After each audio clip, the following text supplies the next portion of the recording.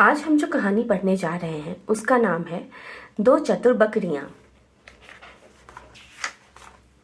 एक समय की बात है, एक बहुत छोटा प्यारा गांव था। वहां बहुत थोड़े लोग ही रहते थे। गांव में हरे हरे घास के मैदान थे जहां ढेर सारी बकरियां चरा करती थीं। पास ही में एक नदी बहती थी। उस नदी पर एक संकरा पुल था जिस पर एक बार में एक ही बकरी जा सकती थी। एक दिन एक बकरी ने नदी पार कर दूसरी ओर जाने का निश्चय किया। जब वह पुल पार करने लगी तब उसने एक तरफ से एक दूसरी बकरी आती देखी।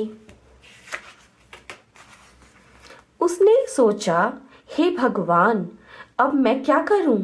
इतनी देर में दूसरी बकरी उसके पास आ चुकी थी। दोनों बकरियां पुल के बीचों बीच आमने सामने खड़ी थीं। उन्होंने एक दूसरे को देखा। दोनों यही सोच रही थीं कि पहले कौन जाएगा। दूसरी बकरी ने कहा, नमस्ते बहन, जरा तुम पीछे जाओ जिससे मैं दूसरी ओर चली जाऊं। पहली बकरी ने कहा, अरे मैं क्यों जाऊं?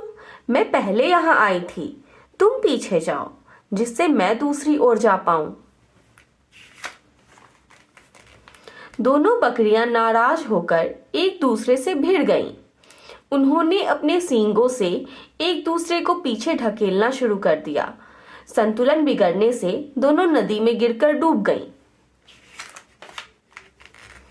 कुछ समय बाद दो बकरियां उसी प्रकार से दोनों ओर से पुल पर आ गईं। इन दोनों में भी बहस होने लगी। पर इस बार एक बकरी ने कहा, यदि हम लोग लड़ेंगे तो संभव है नदी में गिरकर डूब जाएं। मेरे पास एक उपाय है।